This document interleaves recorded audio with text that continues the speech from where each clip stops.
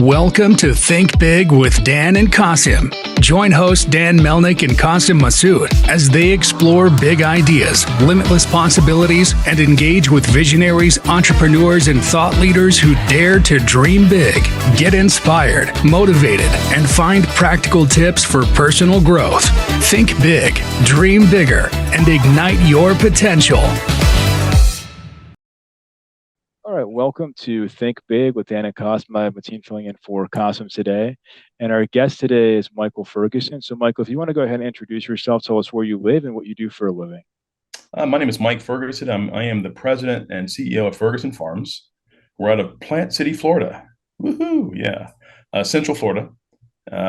We own and operate an e-commerce direct-to-consumer farm that specializes in grass-fed meat, the most nutrient-dense meat you're going to find anywhere in the world, and we ship directly to your door. Awesome. So how did you get the idea to start this business? Well, the idea was actually a little further back. It started with a doctor's visit, as weird as that sounds.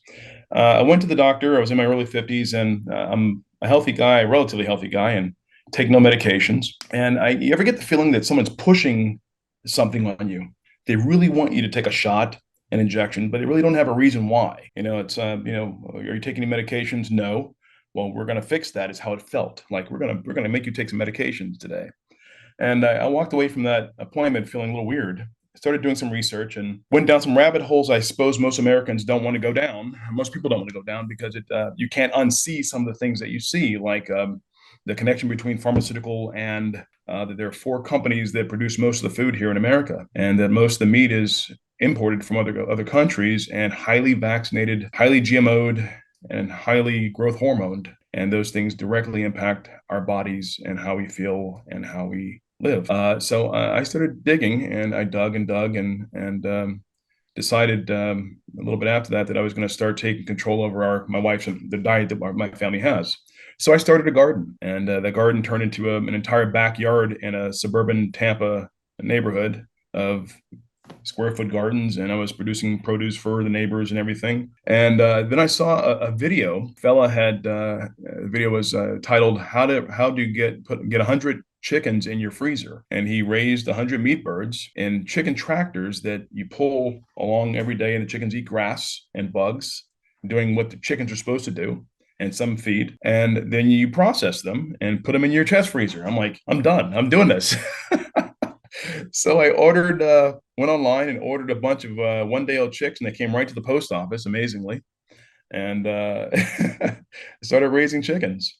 And for the first year of Ferguson Farms, first 6 months of Ferguson Farms, we were just the chicken business, a grass-fed, pasture-raised chicken business. And I started giving them away, and then my neighbors were like, "Hey, man, people will buy these things." I started looking, and who knew? These were in demand. So I started a CSA and started selling them bulk, and people were buying them in in 6-packs and everything. And then those customers, very happy customers, wanted beef. So I started digging into beef and started networking with other ranchers down here. Realized that there were a few that were grass-fed and using regenerative agriculture practices. And we hit it off and started looking for a way to get this to the end consumer website. And it went through 3 different platforms before we found the one that we found, and we're off to the races.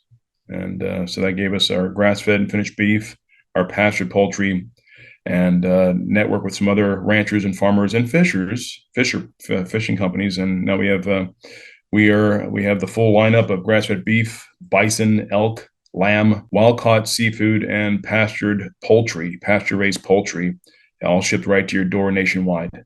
And that took we're 3 years old now and kind of growing like crazy every quarter. It's like holding a tiger by the tail. So that's the short.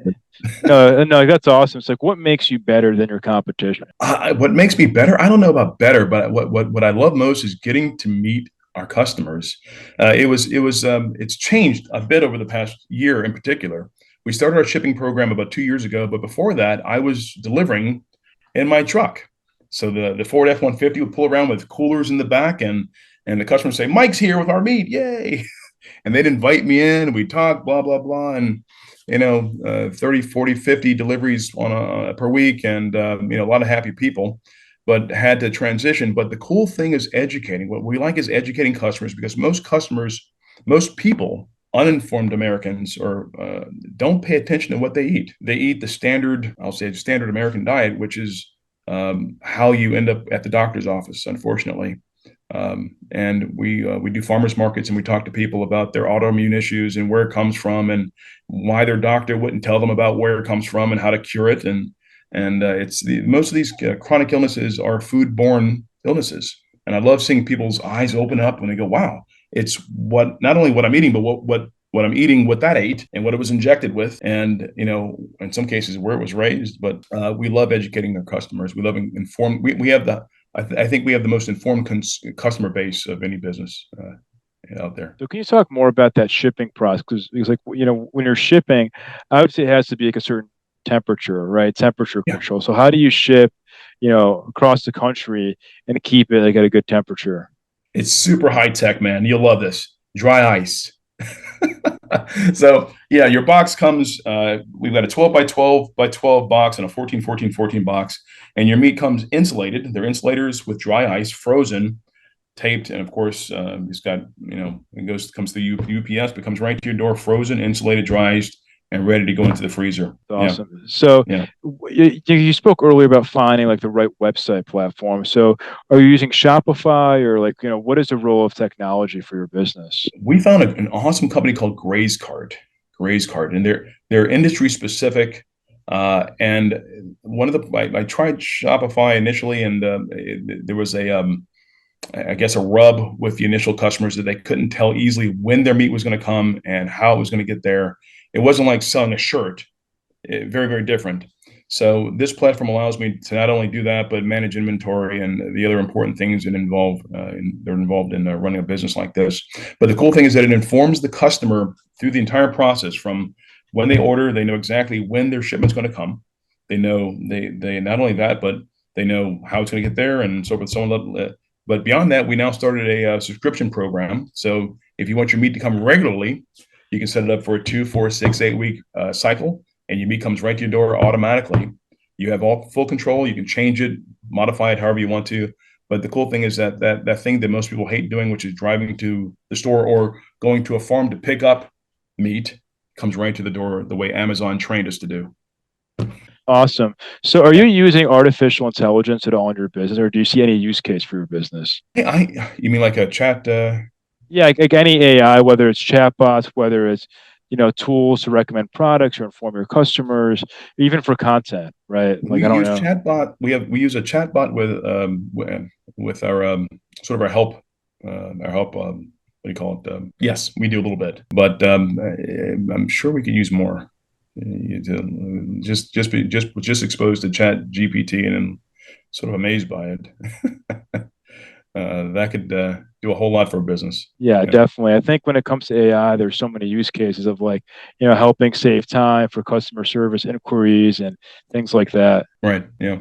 So in terms of your business, you're talking about growing, right? You keep growing, which is Mhm. awesome. But how do you, view growth for you? Because like obviously like you have a farm, there's like, so much, so many animals that you can, work with. So what does that look like for you? Are you planning just getting more land, or like what is your goal for your business? Great question. So I talked to a network with a lot of ranchers, and as a matter of fact, there are a few that we put together groups where we talk about problems, things like that, and how we solve them.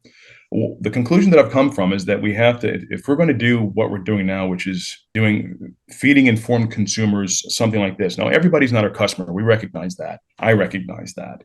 But we want to make sure that everyone has access to what we have, anybody who wants it. All right. To do that, I have to prioritize what's important and outsource the things that not that aren't important, but other people probably do better. So initially, year one, I was raising cattle, raising poultry, raising chicken, and marketing, website, shipping, and it was like I don't like this anymore. It's not what I wanted it to be. So I started networking, and I found a fellow who was way old guy, old farmer, young guy who's way better at raising poultry the way I wanted it, and I worked out a deal with him. He raises our poultry now on his land, and he does the way I did it, all grass fed.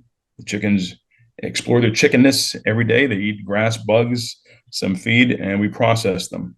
So it's outsourced. I still handle shipping. Our beef, we found two grass-fed beef suppliers here in Central Florida, and we're sourcing from those guys, and they make a better steak than I ever made, honestly. So I think it's as a business owner, it's important to find out who does things better than you, and focus on what you're good at. Is the net. That's good. So, Michael, what are the biggest challenges you're facing right now in your business? Well, the biggest hurdle in this business is cold storage, typically. Having a way of storing. Now, most of the storage facilities for perishable goods are very large facilities, and they are geared towards much larger businesses. They're looking for the semi truck, 50, 100 pallet type organizations. We're at a stage where we'll house 5, 6 pallets of beef, but we're cycling through them weekly. The goal is to not have it sitting there too long, but to sell it as we process our inventory. I was renting space, and we had a couple hurricanes, and come to discover that cold storage facility didn't have a backup. I lost several $1,000s worth of beef that day. That was a horrible day. We just added on-site cold storage here in Plant City, so I control it, which is good. But that's something that has to scale as we get bigger, and it's these are hard costs that this business will have to absorb. But that would be the biggest. The other are the unknowns, like how to best use marketing to reach a consumer that either wants this or doesn't know they need it, and ignoring the ones that don't want it. So the cost of marketing is big. So how do you market? Like, how do you tell people? Because obviously what you're doing, there's so much value for it, and I think that, to your point, many Americans don't even think about it. They don't even understand why the meat that they're eating from the store is not high quality. It's not good for them. How do you market and just provide us information for people about why what you're doing is so amazing? Yeah, good question. Well, I guess getting up front with what it is and how it's different. So our costs are a little different than what you're going to find at a Costco. Our meat's more expensive. It costs more to raise a beef on grass, to get the year and a half, 2 years on grass than it would cost to have a beef that's on grass for the first year and then in a feedlot for another 4 or 5 months with growth hormones, which is what you're getting from store-bought meat. So making sure the customer knows that this ribeye is different. Why? Because it's grass-fed and finished, no GMOs, hormones, or antibiotics ever, no mRNA vaccinations. That's big nowadays. That's something we never thought would ever happen, but it's happening, and it's important to people. We'll never inject anything into our animals, and it's shipped right to you. We market mostly through Facebook and Google, and we're dabbling. That's me. I'm dabbling with this, learning how to do this, and in a way that's cost effective. But we also, our website is designed in a way that annoys a lot of people, but it's important to me that we have your information so we can market to you and communicate with you. If we're talking business, this is business. I own that list, right? Nobody else does. But the average customer hangs out and looks at us for a while before they make a decision, which makes sense. I would too. They don't know me, right? I'm some guy who says I've got grass-fed beef, and they look at reviews and they look around and they go, "Oh, that steak looks pretty good. I wonder how I do it. Okay, let me go ahead and buy this thing." And they've been looking for 4 or 5 weeks and getting email that say, "Hey, here we are. Here's why." That's how we market. We were also we just added farmers markets. I never wanted to do farmers markets, but I'm finding some value in them locally. So we've got 3 farmers markets now. I've got a team of guys who do an incredible job of selling grass-fed and finished meat and seafood there, and we're going to expand that. And I think this coming year we're going to do some wholesale stuff. And I'm thinking about restaurants, but I don't know. We'll see. Restaurants are finicky. So yeah, that makes sense. We spoke earlier that you were looking at potentially doing some more video content. I think in 2023, that's what people want to see, and they want to see more about yourself, right? 'Cause you're talking that they don't know you, but I think if you're posting videos, even like this interview, saying, "Hey, listen, this is who I am. This is what we're doing. This is our mission." Even if it's in short form, you post on TikTok. It's very easy to go viral on TikTok or Instagram in 60 seconds. That could add, lots of value for your business. I agree. I have to get over myself. Awesome. Yeah. So what would you say is your top business priority in the next 3 to 6 months? Top priority, grow the subscription program. The cool thing about the subscription program from the business perspective is it allows me to manage inventory in a different way. Our customers who subscribe to Ferguson Farms, subscribe and save, get a 5% discount on all orders. They get a freebie item, so a free pound of ground beef, sirloin steak, or a stew meat, which would be like a kebab meat. With every order, automatically they get a freebie item, and they get preferential treatment when it comes to inventory. Since we're small, sometimes inventory snafus happen, but the subscribe and save customer always gets preference. They'll rarely, if ever, get we're out of stock on an item, which is important to them. So the priority is to grow that segment of our business. Of course, grow the order amount, which is doing really well. We have not only offcuts, so you can create your own box, or you could just choose one of our boxes. Shipping is free above $149, and we're looking to push that higher. Right now, our average order is about $220 per order, and we're pushing 30 orders per week out the door, which is not bad. We're looking to grow though. You know what I'm thinking? If somebody subscribes, maybe you can even send them like, short videos of like certain recipes of you cooking it. Like, that could be like a value add for you. Well, so I mean, whether it's you or I think it just adds that personal touch, like somebody from your company, because like I don't know, I think it's like that would be cool. I agree. We do recipes, but again, they're not in video format. I have a fellow who I was doing some work with who does barbecue type videos. Amazing. I tell you, for me, I'm familiar with Facebook. I'm not familiar with TikTok enough, and I question whether that market segment is who my market is.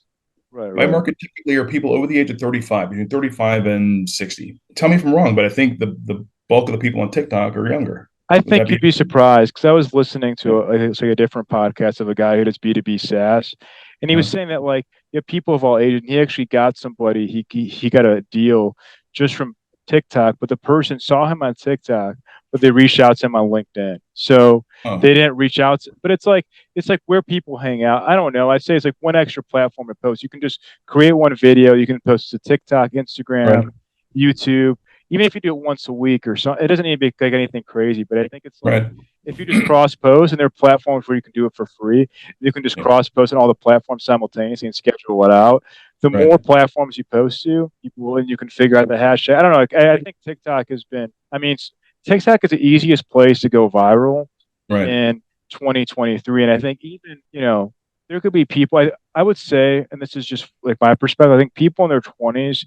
At least like I'm almost 30, but like, it's that they're more health conscious. I think younger people are seeing, we were talking about like vaccines, stuff like that. It's like we're seeing these kinds of things and like the benefit of what you're selling. Even like for me, it's like I haven't tried your product, but I already like could taste it. I'm like, this is really good. So I feel like, you just never know. I think, maybe right now you might have a certain customer base, but I think people are willing to. I think you're right. We're discovering this at the farmers markets, that a lot of the people that are buying at the market are younger folks, and their reasoning isn't just so they're carnivore or they're keto. They work out. They recognize that there's a problem with what's in the stores, and they're very informed about it, which is really cool. So I might need to change my thinking about that market. So yeah, I agree with you, and I'll have to nail that down. Yeah, it's trial and error, but I say it's like free social media advertising. It's like you just can't beat that kind of exposure. It's like, why not? And you post even videos of you cooking or videos of you out on the farm, like with your animals, like stuff like that. People like that's cool. Like that's really cool stuff. Right. I agree. Yeah. People If you don't believe connected to the farm, which is kind of cool. And I totally agree with you. Yeah. If you don't believe, my mom use TikTok, and I don't use TikTok even. Your mom uses TikTok. Yeah, but I don't use. Yeah, I got to figure that part out. Now, what I haven't done is I haven't marketed on LinkedIn. I'm considering doing some corporate stuff, corporate gift type boxes for corporations that are looking to reward or gift grass-fed beef to their clientele or to their employees. We might do that in the fourth quarter for between Thanksgiving and the holidays, Christmas and such. Yeah, I think that's a great idea. Yeah, for sure. I mean, if you can, like as an employee, if I were to get that kind of gift from my employer, like that's a great gift for the holidays. 6-pack of ribeyes, you'd be like hooked, right? Yeah, great employer. 100%. So what is the one biggest piece of advice that you wish you knew before you started this business? Not to say that I knew it all, but this isn't my first rodeo, but or just before you started like business, just like in general. I mean, I'm not sure like what you did before. I wish I'd delegated earlier. I'm still doing too many low value tasks in the business, and we're finally getting around to creating a management structure, a leadership team type of thing. I think I underestimated how many people valued this business. It started off not as a hobby, but it wasn't. I was quasi-retired. Okay, so I didn't go into this thinking I'm gonna be a billionaire. Yay! Time to go get my Lamborghini. No, it was okay. Was raising veggies and meat for my family, and taking responsibility for our health, and discovered that there are like-minded people around us who jumped on board. To my amazement, I was shocked at how many people quickly jumped in and threw their meat budgets at Ferguson Farms to get the right kind of proteins for their families, and we're excited to do so, and still do. A lot of cheerleaders, and it amazes me every day. Great. So if we're going to have this conversation again in 1 year from now, where do you expect things to go for your business? I expect that we'll be much larger. We'll have a leadership structure in place. The next butcher box. How's that? Only we will not have compromised. How's that? That's amazing. Yeah, that's important. I mean, seriously, I think it's so important. It's staying true to, your value, I think, as a business, and it's a juggle. It's a juggle. Yeah. No, the difference is sourcing grass-finished beef is not the easiest thing to do, because the reason why most businesses end up changing what they do and just saying American beef, which really isn't always American beef. It's being imported in a lot of cases from South America and Canada. But it's hard to find people who raise just grass-finished beef. It's slowly dying away. So the more people, if you ever wanted to protect agriculture in this country, start buying from a farmer who does that. It's going to be more important than you know. During COVID, we saw what happens when we trust just 4 companies and the governmental influence. When Tyson has a processing plant burned down, and all of a sudden there's no chickens. And you go, wow, how about that? Or all of a sudden you can't get beef. You can only get 1 steak. That's not what we do around here. But stocking up is also very important. But we'll still be in business. We'll still be taking care of our customers. I don't know about growth, how big we want to be. I've been struggling to answer that question. I don't know that I have a goal around that. I kind of do, but. Awesome. So if somebody watching this wanted to reach out to you, do you mind sharing your website or social media handles, like best way for somebody to get in contact with you? The best way is through fergusonfarms.farm. And there's a short handle for that, ferg.farm. Ferg.farm gets you right to our website. And it'll ask, our site will ask you just to give us an email, and that way you can take a look at prices. But that's how we communicate with you. Letting you know who we are, what we do, how we do it. You can always opt out if you want to. It's not a big deal. But yeah, that's how you do it. Awesome. Well, Mike, thank you so much for your time. It was a pleasure. We're rooting for you. Hopefully we can chat again in 1 year as you guys keep growing your company. I look forward to that. Awesome. Thank you so much. Thanks, my team. Thanks, Dan. Thank you. Thanks. All right. Bye.